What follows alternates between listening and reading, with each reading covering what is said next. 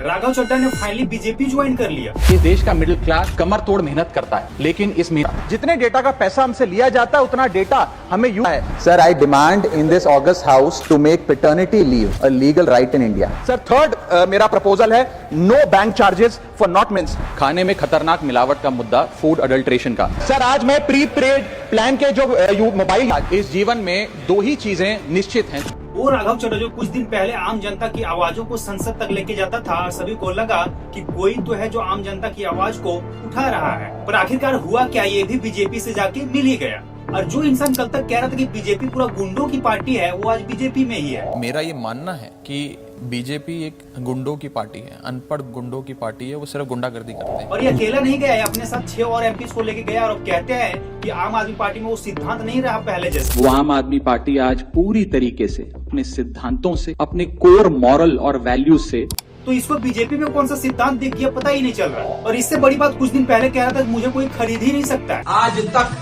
वो रकम नहीं बनी, मैं साफ तौर पे कहना चाहता हूं, आज तक वो रकम नहीं बनी और वो शख्स पैदा नहीं हुआ जो राघव चड्ढा को, आम आदमी पार्टी को या अरविंद केजरीवाल को खरीद, साफ तौर पे अपने विरोधियों को कहना। और सबसे बड़ी बात ये, जब राघव चड्ढा को आम आदमी पार्टी से निकाला गया और उसके जगह पे जिसको रखा गया था अशोक मित्तल को, जब उस पे ईडी का छापा पड़ा तो ये सारे मामले सामने आने लगे। और उन 6 में से 3 लोगों पे इनकम टैक्स या ईडी का छापा ऑलरेडी पड़ चुका है, जिसमें से पहले आता है अशोक मित्तल, जिसमें ईडी का छापा पड़ा है कुछ दिन पहले। फिर आते हैं राजेंद्र गुप्ता, जिसपे इनकम टैक्स डिपार्टमेंट ने छापा मारा था। उसके बाद आते हैं हरभजन सिंह, इन पे भी ईडी का रेड पड़ चुका है। फिर ये संदीप पाठक, विक्रम सैनी और स्वाति मालीवाल। अब इन 7 लोगों का पाप धुल गया है वॉशिंग मशीन पार्टी में जाकर, वे सारे लोग शुद्ध हो चुके हैं। अब दोगलापना किसे कहते हैं वो दिखाते हैं राघव चड्ढा का। ये देखिए 2023 का वीडियो। सर माननीय गृह मंत्री जी ने कहा था कि आम आदमी पार्टी एक सुपारी सी जितनी पार्टी है, एक सुपारी जितनी छोटी सी पार्टी है। सर ये वो सुपारी जितनी पार्टी है जो आजाद भारत के इतिहास का फास्टेस्ट ग्रोइंग पॉलिटिकल स्टार्टअप कहलाती है।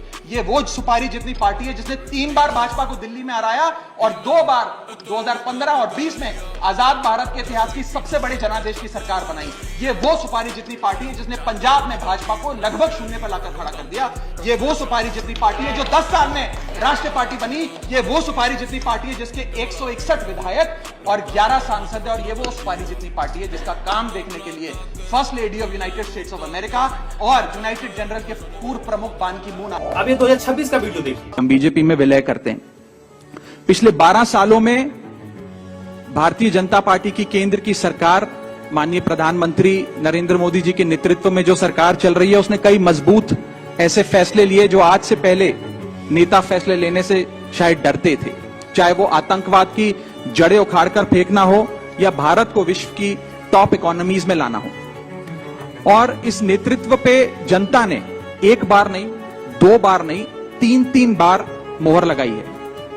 हम सब अपने आप को सौभाग्यशाली महसूस कर रहे हैं कि हम माननीय प्रधानमंत्री नरेंद्र मोदी जी की लीडरशिप में और गृह मंत्री अमित शाह जी की संकल्प शक्ति के साथ जुड़कर बिना रुके और बिना थके देश के लिए काम करेंगे। तो इसे बोलते हैं असली दोगलापन। एक दिन ऐसा आएगा जिसमें हर एक नेता बीजेपी में ही मिलेगा, चाहे जितना भी करप्ट हो, चाहे जितना भी सीधा हो, हर एक नेता बीजेपी में। तो आप क्या सोचते हैं कमेंट में जरूर बताइएगा। बाकी मिलते हैं नेक्स्ट वीडियो में। जय हिंद, जय भारत। कुछ तो मजबूरियां रही होंगी, यूं ही कोई बेवफा नहीं होता।